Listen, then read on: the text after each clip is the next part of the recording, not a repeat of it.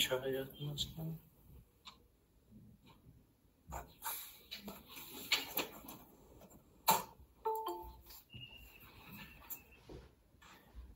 Shaheen Krishna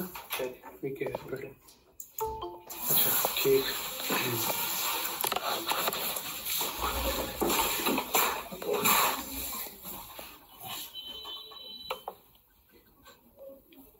So, good afternoon, everybody. Let's start our next session, which is session 2 of this workshop. So, let's introduce our guest speaker, Professor B. Shahin. So, Professor B. Shahin is actually currently working in University of Edge, Turkey. So, Professor Shahin is currently as head of the department. He has a renowned geometer. He has published more than 100 research articles in journals of national and international repute. So he has published some good books of his fields. He recently has published one of the best books on Romanian Submersions, which is published by Elsevier. And Professor Shahin is in some editorial board of some good journals like Manipulator Journal of Mathematics, which is published by Srinagar. And he is in editorial board of Turkish Journal of Mathematics and many more. So I request Professor Shahin start this session 2 as guest speaker. Thank you very much for nice introduction. First of all, I'd like to thank the organizer for inviting me and to deliver this talk. Okay, now can you see my title? Yeah. Okay. Nowadays, if anyone goes to any library or bookstore, if look at the books, you can see many books titled with manifolds. So this talk will be about the manifolds. And manifolds are nowadays are very important because it appears in many different areas. Even popular subjects like black holes, information geometry, machine learning, people are getting much more interested to the manifold theory. Because generally in information theory or machine learning, people use the Rn and to use Geodesic as a line there to obtain the applications. But in the real world, the Geodesic or the space itself is not flat. So that's why we need to adjust our applications and our methods to the real world case. So manifolds provides this approach because it can be any form and it can be used for any applications. If we say the definition of the manifolds is a locally Euclidean space. What that means? It means if you study around a point, neighborhood of a point, then it looks like you are standing on the Rn in the flat space, n-dimensional Euclidean space. But if you study globally, everything is changed. So the manifolds in this respect is the generalization of the Euclidean space. Of course, this is very rough definition. It needs some more technical details. But today, I will not give these details. I just give the recent publications for manifold theory in the area of the Riemannian submersions and one of the applications of these notions. So let me start by beginning. In the geometry and actually in mathematics, we define the maps between two sets and try to understand one set by using the other sets. And same thing is correct for manifold theory. if we try to understand the manifold, generally it's useful to define a map between these two manifolds, these two geometric objects, and by using the properties of this map to understand the geometry of the target manifold. So Riemannian submersions is very new topic if you compare the surface, curves, and submanifold theory. It started by O'Neill and Gray independently. Then later, this subject has been studied in different space, and nowadays, like the complex geometry, contact geometry, and so on. So our title includes these subsections. I will begin by Riemannian submersions, and then I will give one application, robotic theory, and then holomorphic submersions, invariant submersions, anti-invariant submersions, semi-invariant submersions, slant submersions, semi-slant submersions, semi-slant submersions, B-slant submersions, point-wise slant submersions, and generic submersions.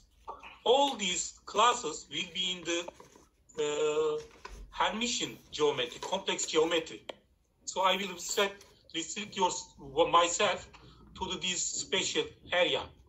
Although I am saying the spatial area, but this is very large class of the manifolds, include nearly Kähler and pseudo-Kähler, semi-Kähler, and so on. So Riemannian submersions between Riemannian manifolds were defined by O'Neill and Gray independently to obtain the new manifold examples, actually for the manifolds with positive curvature. You see, the manifolds generally, it can be any form, so it may not have some constant curvature or positive or negative curvature. Do geometry for general cases, for general set theory, but set theory is very rough. It's very ordinary. It does not allows us to use the geometric manifold notion. So later, such submersions were considered between various manifolds. So let me give the definition what we mean by Riemannian submersions. So you have two Riemannian manifolds. What we mean by Riemannian manifolds, it means you have manifold as a set. Also, you have a measurement to define the length, angle, and other things. Riemannian manifold, it means you have a manifold and you have a Riemannian metric on that. So it allows you to use the measurement. So in this case, you can measure the length, angles, area, volume, so on. So a Riemannian submersions between these two Riemannian manifolds is defined as follows. First, F has derivative map of this F is the rank of this derivative map is equal to the dimension of the target manifold. The second differential map, F star, derivative map, sometimes we say, although F is a point by point map, F star is a vector map. So it carries vectors to vectors, or generally vector fields to vector fields. So the first one, it says the rank of the F should be the dimension of the target manifold. The second condition says there is a isometry between the horizontal space, which is defined the orthogonal space to the kernel of F star, between this space and the tangent space of the target manifold. So, because this second condition is necessary if we wanna compare the geometry of these two manifolds. So then we need to define some special cases. The first one, if F to inverse is a submanifold of the M, the source manifold, and these submanifolds are called fibers. A vector field is called vertical if it is always tangent to the fibers. It means the integral manifold of the kernel distribution. A vector field on M is called horizontal if it is always orthogonal to these fibers. And a vector field is called basic if it is horizontal and if it is related to the vector field, one vector field on N itself. So the geometry of the Riemannian submersions established by O'Neill in 1966. So this lemma is from this very beginning source. So it says if you have Riemannian submersions between two Riemannian manifolds, the first one, A, is actually our second condition. It says there is a isometry between the horizontal space and the tangent space of the target manifold. Of course, tangent space of the target manifold is inner product space. Second, it says the horizontal part of the Lie bracket carries to the other side, the target manifold. So this is if you have mixed vector field for the Lie bracket, then the output is vertical always.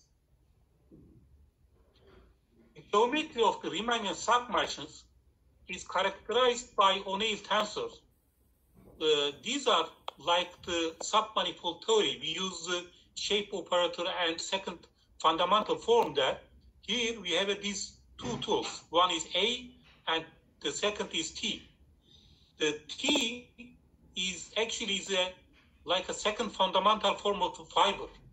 So it defines or it investigates the behavior of these fibers. The A is called the integrability tensor. So it measures, it is useful to investigate the integrability of the horizontal distribution.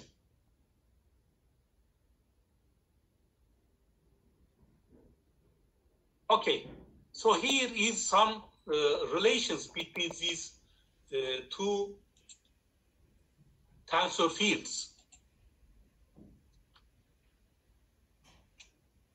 So these formulas are like the Frene formula or the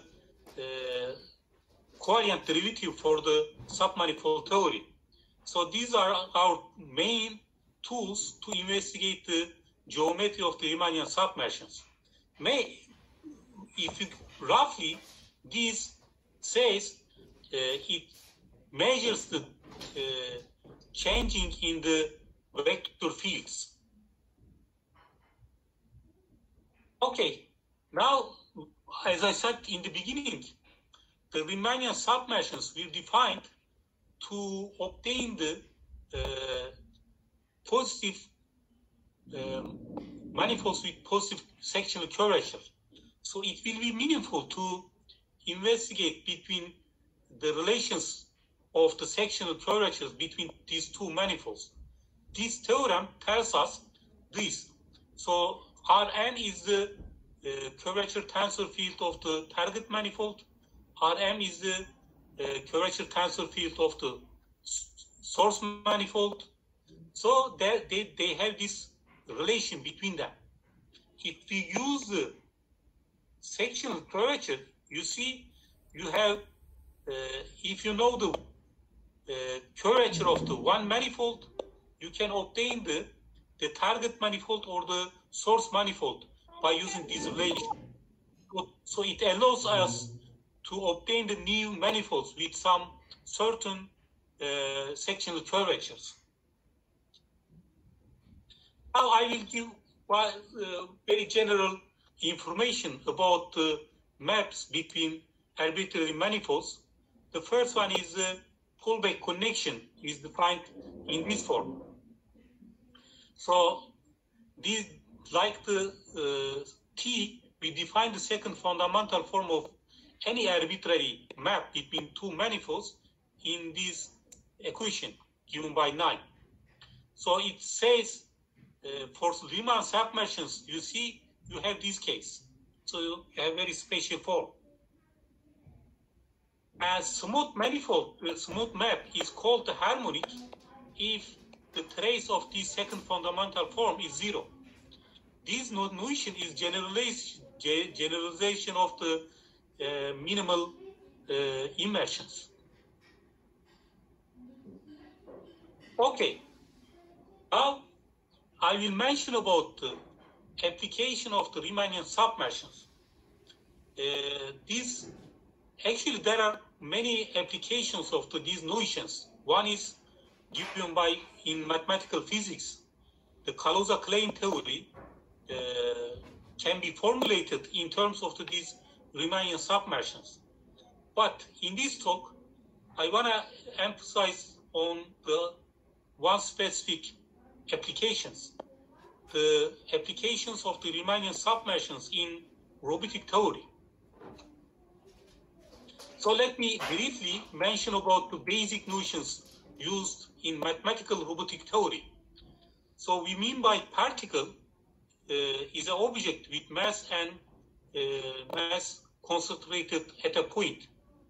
So rigid body is an object with mass and volume. And free mechanical system is a collection P sub 1, P sub n of particles and B sub n of rigid bodies which moves independently of one another. To specify the location of a particle, we choose an inertial reference frame, and O is a spatial origin, S1, S2, S3 are the orthonormal frame. The position of a particle P sub j is exactly determined by a factor Rj in R three-dimensional R3. So the configuration of the free mechanical system is specified by this Cartesian product. Here R3 is usual three-dimensional Euclidean space. SO of 3 is spatial orthogonal matrix, the class of this spatial orthogonal matrix. So robot manipulators can be regarded as an open loop link mechanism consisting of the several links connected together by joints. And there are two kinds of joints. One is rotary, the other one is linear. Rotary joint is like a hinge and allows relative rotation between two links. A linear joint allows a linear relative motion between two links. Each joint represents the interconnection between two links. A configuration of a manipulator is a complete specification of the location of every point on the manipulator. The set of all possible configurations is called the configuration space. If we know the values for the joint variables, I mean the joint angle for revolute joints or the joint offset for prismatic joints, then it is straightforward to infer the position of any point on the manipulator. Since the individual links of the manipulator are assumed to be rigid and the base of the manipulator is assumed to be fixed. So we give very simple case. For two-link manipulator, A planar joint can be built from a revolute joint attached to the two independent prismatic joints. The motion of the planar joint is restricted to the SE of 2, regarded as a three-dimensional subgroup of SE of 3. So you see, this is the two-link robot manipulator. You can think of this robot arm. And here we have this special case, S of O3, Cartesian R to 3, and Cartesian product SO of 3 times R to 3. However, the actual configurations of the system are specified by the two angles, theta 1 and theta 2. Each angle is measured by a point on the circle. So the configurations of this simple two-link robot are specified by a point S1 times S1. Here S1 is the circle. Now, an object is said to have n degrees of freedom if its configuration can be minimally specified by n parameters. Thus, the number of d of f is equal to the dimension of the configuration space. For robot manipulator, the number of joints determines the number of degrees of freedom. A rigid object in three-dimensional space has 6 DOF, 3 for positioning and 3 for orientation. Therefore, a manipulator should typically possess at least 6 independent DOF. With fewer than 6 DOF, the robot arm cannot reach every point of its work environment with arbitrary orientation. Certain applications, such as reaching around or behind obstacles, may require more than 6 DOF. A manipulator having more than 6 links is referred to as kinematically redundant manipulator. The workspace of the manipulator is the total volume swept out by the end effector as the manipulator executes all the possible motions. The workspace is constrained by the geometry of the manipulator as well as mechanical constraints on the joints. The workspace has two subclasses. One is reachable workspace. The other one is dexterous workspace. What we mean by reachable workspace is that the entire set of points reachable by the manipulator. The dexterous workspace consists of those points that manipulator can reach with an arbitrary orientation of the end effector. Of course, dexterous workspace is a subset of the reachable workspace. So I think after these brief notations for the robotic theory, now I will give the example of the Riemannian submersions using in this area. The forward kinematics of a robot arm is represented by the smooth map from Q to SE of 3. SE of 3 is the Lie group of rigid body motions in three-dimensional space. Each joint variable lives on S or N on R and therefore lies in the left-right invariant translation of the one-dimensional subgroup of this Lie group. And then their product Q is n-dimensional abelian group. It means manifold. And let me clear here. When we mean by Lie group, it means you have a manifold. Also, you have a Lie group operations, and all these group operations are differentiable. So the moments of the end effector are the resulting of the composition of root translations of the one n one-parameter joints. This can be represented as a product of the exponentials of the single 1 degree of freedom screen motion. The interpretation of the method is the following. One fixes a coordinate system on Q as configuration space, which is Lie manifold, and on the SE of 3, and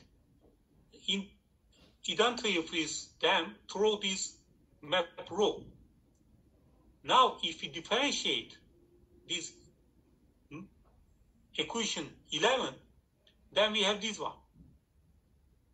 And this Q dot corresponds to the velocity in the coordinates given by this Q dot and the base vector.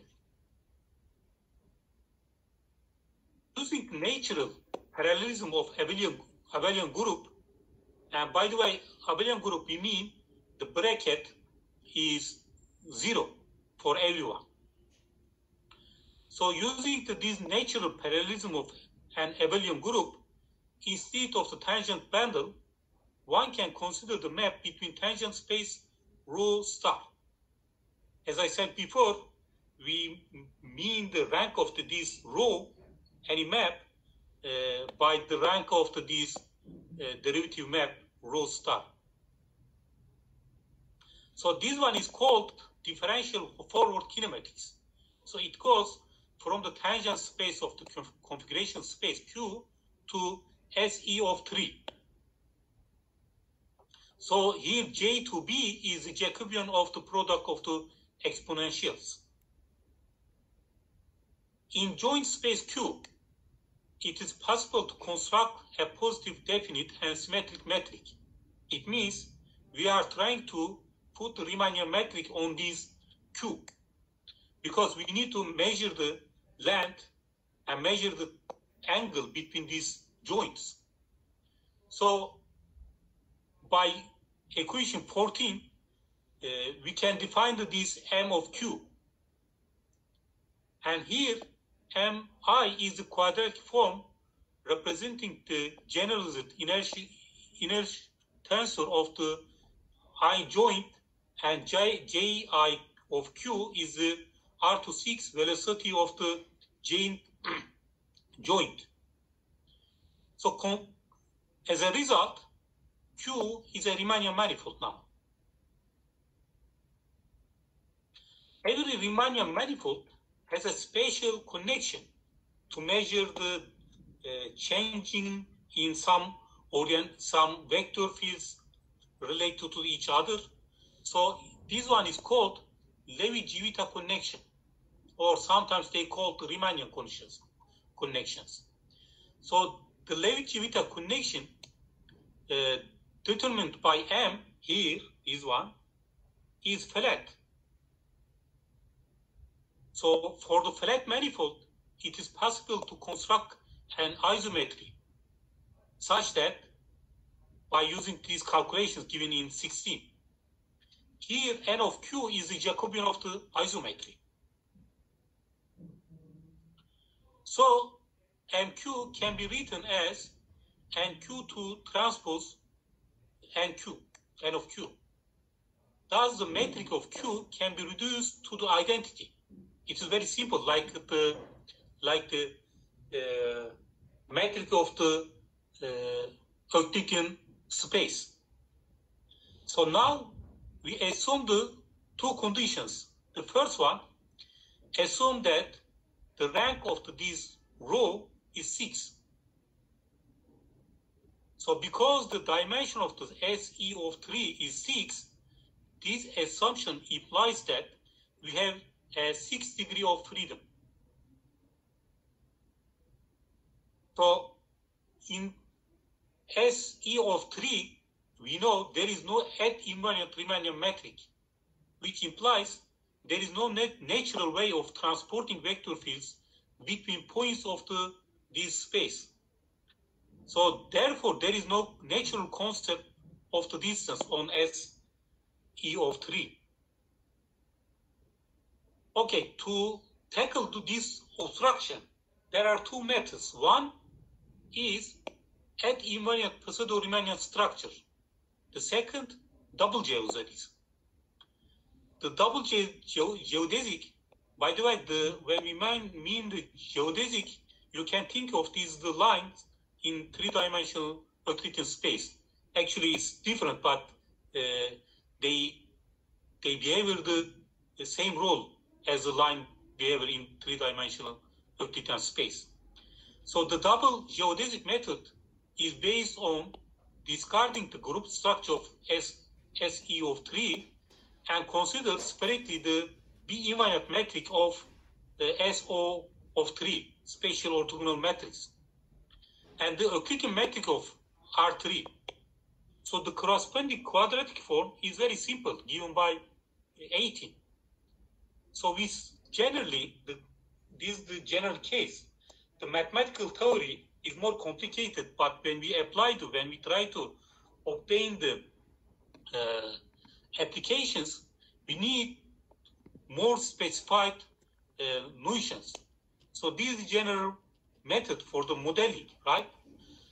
So your modeling, should be perfect to see the real world, but should be simple to apply the mathematical methods. In fact, the bulk quadratic form is very spatial, like I said.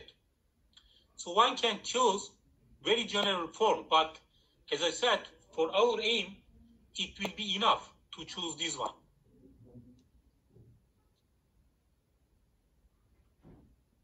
So the Riemannian connection is now defined, given by 19.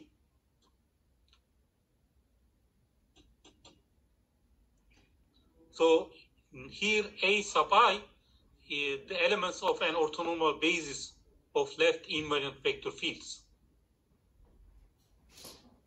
Now, since Q is a Riemannian manifold, at each of Q belongs to this Riemannian manifold, we have the following decomposition.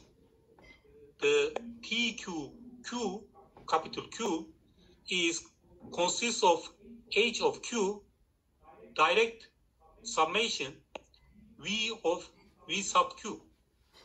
Here V sub Q is the kernel space of the row star, and H of Q is a complementary orthogonal subspace to this kernel space in this tangent space. You see now, because we have a Riemannian metric and we defined our map to have some spatial rank, so we have a Riemannian submersions here. So the second assumption we take, assume that at Q and every Q, dimension of the horizontal space is 6, and dimension of the vertical space, vertical distribution, is n minus 6. So we have this one. Under the assumption R2, the forward kinematic map is a Riemannian submersion. So here is the proof. Actually, I sketched the proof for this case by giving some details before this statement.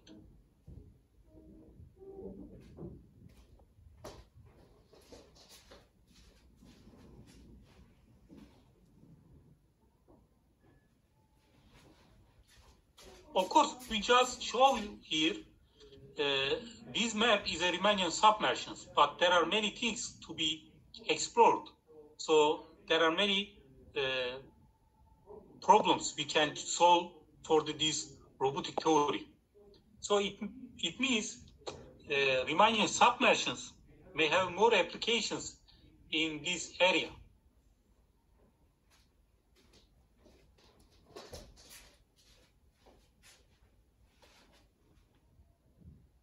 So in this construction, since Q is abelian, it means the horizontal distribution is also integrable. You see, we have very simple Riemannian submersions because it means A is 0. Okay, the converse case, rho to inverse of G is a set of the joint moments that do not affect the end effector. Okay, like I said before, after the Riemannian submersions defined by independently O'Neill and Gray, this notion has been extended to the other space. In the 70s, this notion had been considered by Watson in the complex geometry.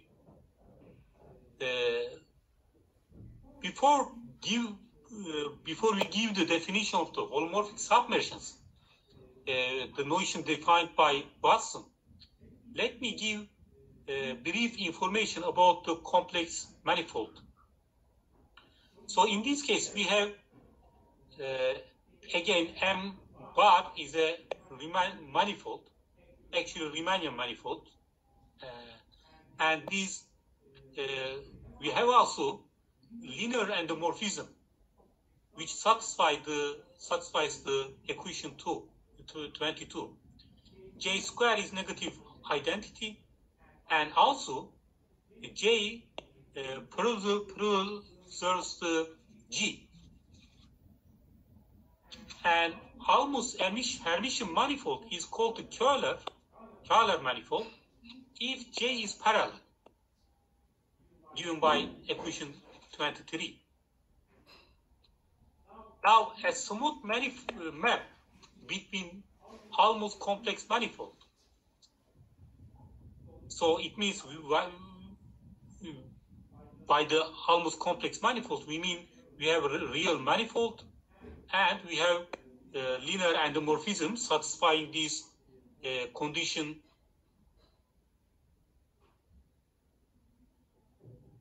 condition 22, the first condition actually. So we call this smooth map is an almost complex map if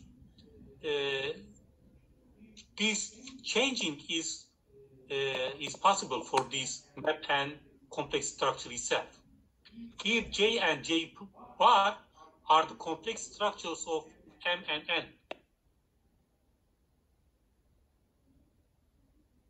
So Riemannian submersions is called the Hermitian submersions if F is an almost complex mapping and of course the Riemannian submersions itself. So this notion is given by Watson in 1976. So the main result of this notion is that vertical and horizontal distributions are JM invariant. So here is the very important theorem. It gives the relations for the complex geometry and the holomorphic submersions.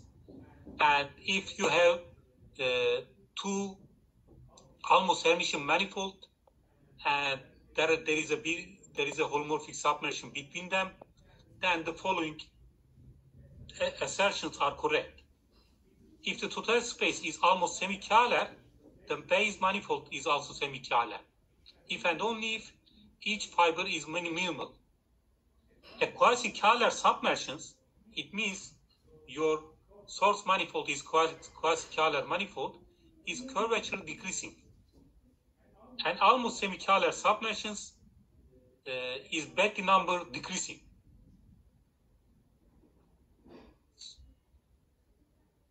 Okay, after the Watson defined these holomorphic submersions, there has been many studies on this subject. So people use this definition, studied the Riemannian submersions and obtained many properties of these notions. So they also investigate the harmonicity of these holomorphic submersions. Actually, because every holomorphic map between two Kähler manifolds are always harmonic, and because holomorphic submersions is a almost complex map, it means holomorphic submersions are always harmonic maps.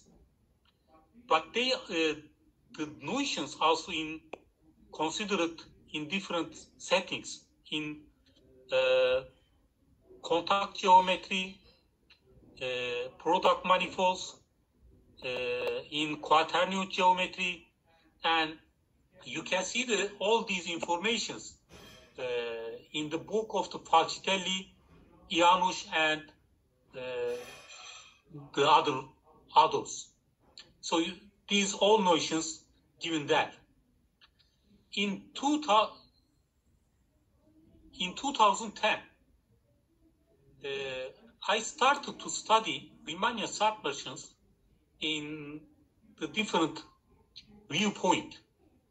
So first, let me give the one relation between the invariant submersions and holomorphic submersions. Then I will mention about my definition. So first, what we mean by invariant submersions, it means if the kernel of F star is equal to the kernel F star. So it means it preserves the kernel space. Of course, this implies that it also, these complex structures preserves the horizontal space itself. Why we choose this kernel space? Because the distributions of the vertical distribution, the kernel space distribution, is always integrable. So it means there is one submanifold in this source manifold. The tangent space of this submanifold and the linear space itself, kernel space, are the same.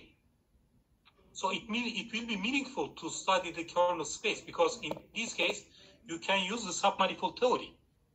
And in submanifold theory, we have many different notions about this complex structure J. So one is holomorphic submanifold, but also we have the invariant submanifold, totally real submanifold, CR submanifold, slant submanifolds, and goes that. But there is a difference between invariant submersions and the holomorphic submersions. Now consider this very simple example, and we construct the kernel space and horizontal space, as you see, and if you check the invariancy of these Riemannian submersions, it is invariant submersions. But if you check the holomorphic case, it is not holomorphic. So we have this relation. Every holomorphic submersion is an invariant submersion, but the converse is not correct. So an invariant submersion may not be a holomorphic submersion. So that's why in 2010 I introduced this anti-invariant submersion. Actually, this is the continuation of the submanifold theory. So let M complex M-dimensional almost Hermitian manifold with Hermitian metric Gm and almost complex structure J, and N a Riemannian manifold with Riemannian metric Gm. Suppose that there exists a Riemannian submersion such that kernel F star is anti-invariant with respect to J. It means J of kernels F star is included in the kernel F star perpendicular. So if every point, for every point, this case is satisfied, we call the F is anti-invariant Riemannian submersion. Okay, Here is very simple example again. You see, if you have this kind of Riemannian submersion, then F is anti-invariant Riemannian submersion. So this allows us to investigate the geometry of the base manifold, target manifold, and the map itself. Maybe I should note this here. The holomorphic submersions is generally useful to obtain some spatial structure on the target manifold. But anti-invariant submersions is generally useful to obtain the properties of the source manifold and the Riemannian submersions itself. So it gives a new tool to investigate the geometry of the source manifold, Riemannian manifold. So this one is for Lagrangian Riemannian submersions. So what we mean by Lagrangian submersions, in this case, is inclusion replaced by the equal. So J ker F kernel F star is equal to kernel F star to perpendicular.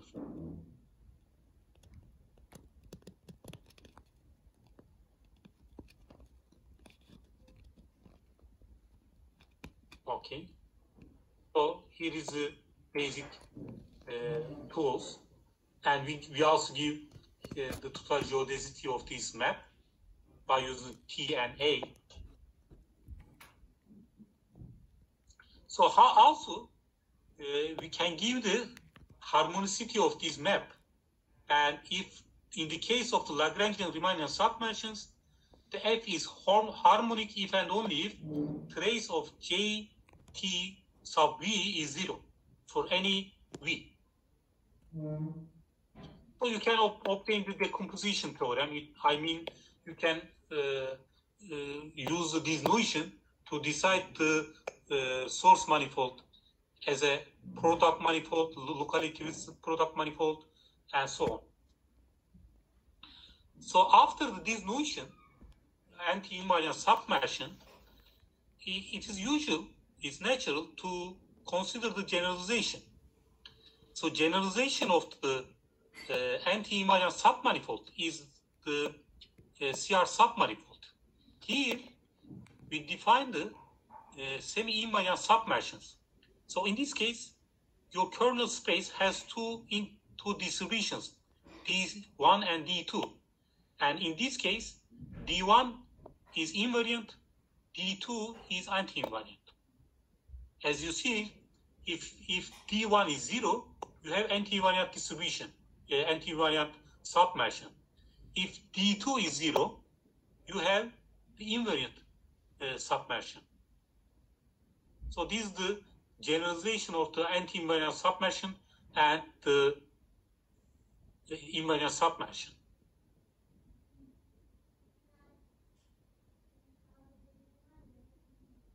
Okay, these first two examples says they are the generalization of the anti-invariant submersion and holomorphic submersion. And here, numerical example. So our space is R26 and R3.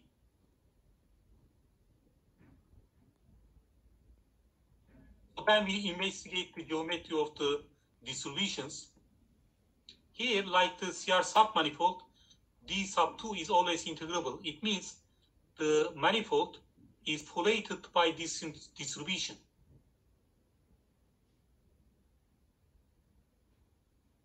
So here the decomposition theorem for the source manifold, and here is the characterization of the total geodesic map.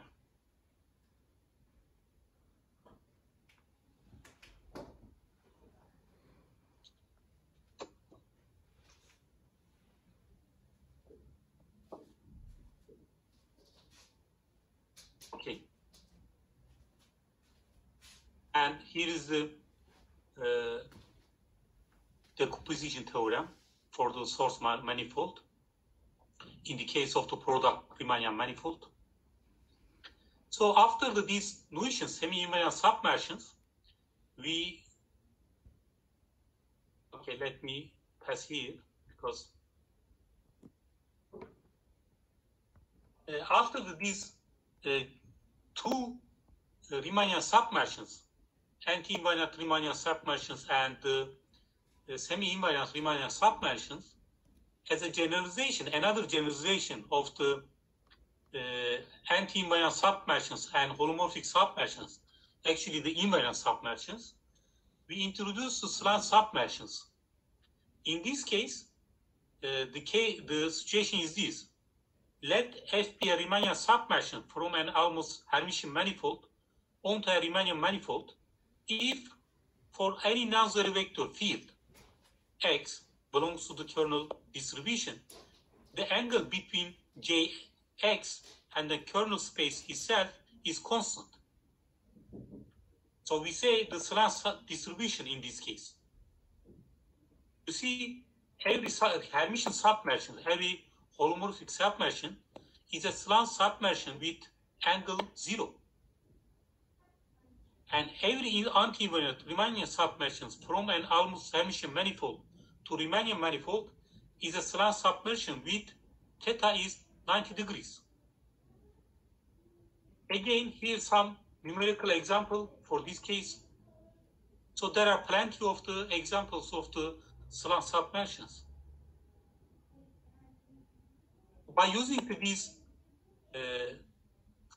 notions defined for the slant submersions or the Riemannian submersions, here phi is defined in this form, the real part of the this J of X, or the tangent part, let's say. So we use this one to obtain the characterization of the slant submersion. And it gives very useful method to obtain the harmonic map. It says if the omega is parallel, then F is a harmonic map. What we mean by omega, omega is the projection of the horizontal part.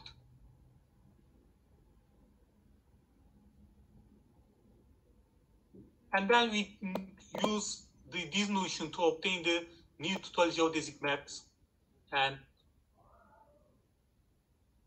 is the case. As a generalization of these three Riemannian submersions, holomorphic submersions, anti-invariant submersions, semi-invariant submersions, and the fourth one, the slant submersions, we introduce. Now, generalization of these Riemannian submersions, anti-invariant, semi-invariant, and slant submersions.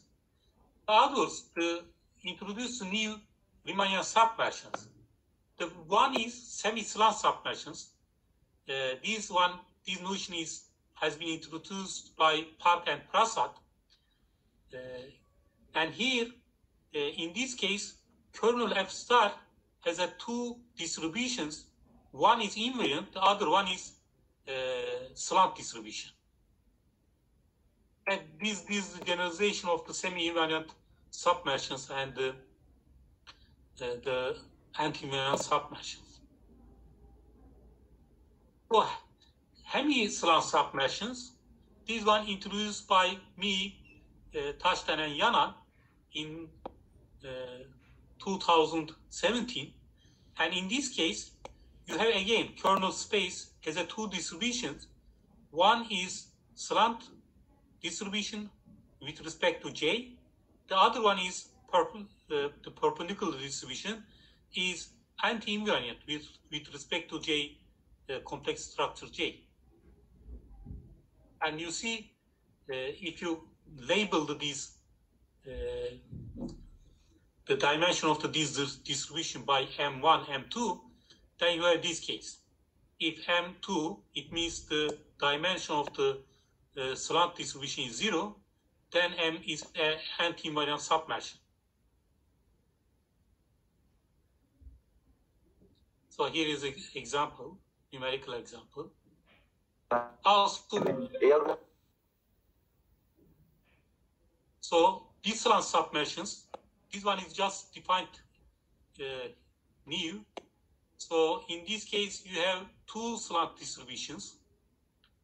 And let me quickly pass this one because it's similar. And point-wise slant submersions, this one defined by Lee and me.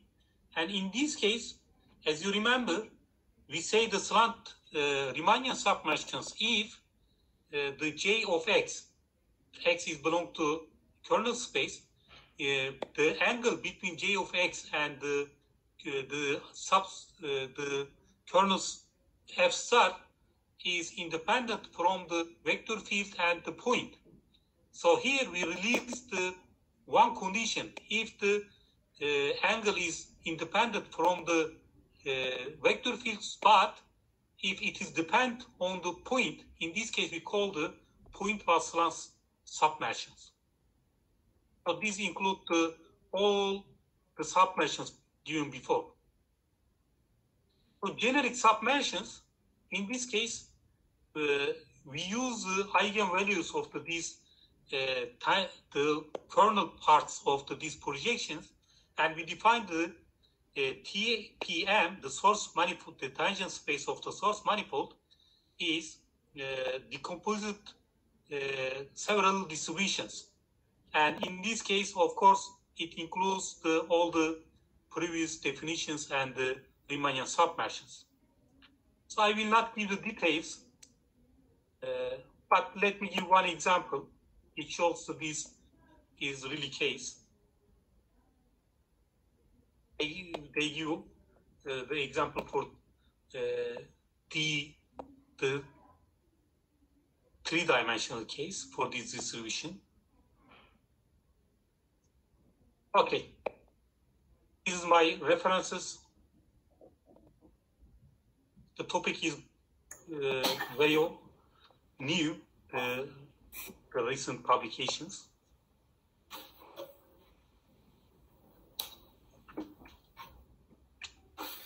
Okay, thank you very much for listening to me. And again, thank you for inviting me. Okay, Professor Shahin, thank you very much for such a nice presentation of these Riemannian submersions. So, if any participant has some question, he can ask to Professor Shahin. If anybody wants to ask some questions, so.